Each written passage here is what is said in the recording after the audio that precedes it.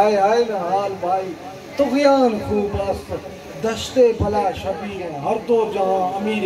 याकूत ला आखिर मरजान खूब अस्त इखलू अन्नी इशारा दम पीर यक नजारा आबाद हर किनारा वीरान खूब अस्त अर्जा अलिफ आहदी हो अलिफ अहमदी हो अलिफ विच बेठ इसरार वेखे। नाज़रीन ये जो यूट्यूब चैनल अब्दुल सत्तार मीरबर के नाले से तव्हां ॾिसी रहा आहियो, ही कचहरी ही प्रोग्राम जो हली रहियो आहे इहो आहे फ़कीर मुकीम जखराणी तालको ज़िलो कंदकोट कश्मीर उनमें ही प्रोग्राम हुन जो ताक़त ते हली रहियो आहे। जेके भी असांजे हिन प्रोग्राम के ॾिसी रहिया आहिनि पोइ उहे अरब इमारात में हुजनि, इंडिया में हुजनि, पाकिस्तान में हुजनि, ये सजी कचहरी महफ़िल ॾिसी रहिया आहियो। महफ़िल ॿुधंदो इख़लाक़ फ़कीर जखराणी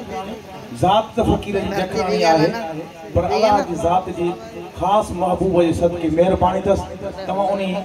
रंग में उन को महफ़िल ॿुधंदव इंशाअल्लाह तव्हांखे मज़ो ईंदो। वरी महिरबानी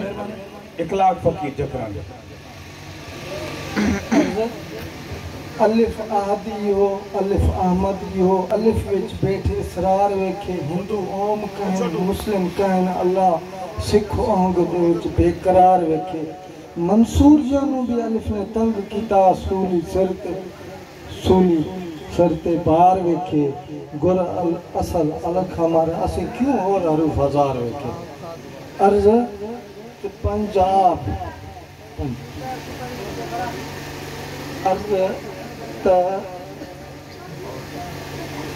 ला तक़रबु सलात व अंतुम सुकारा हिक महजे मिस्कीन कनु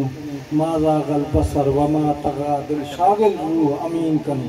सानू पीर मुगा परदान मिलिया व मा हुआ अलल गैब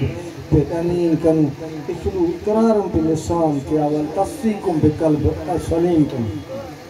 पंजाब के उठे भाग मिला जब नानक सा आगाह गुरु ए वाहे गुरु आगाह गुरु जी जाह गुरु जब लेकर हक की राह गुरु बोल उठे इश्क अल्लाह गुरु आकाश पे जाहिर नूर हुआ और चमके बनकर माह गुरु इरफान की किरणें नूरानी फैलाते नानक शाह गुरु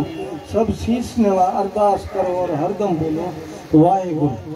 माथे टिक्का वादत वाला गल चोला मस्ताना है।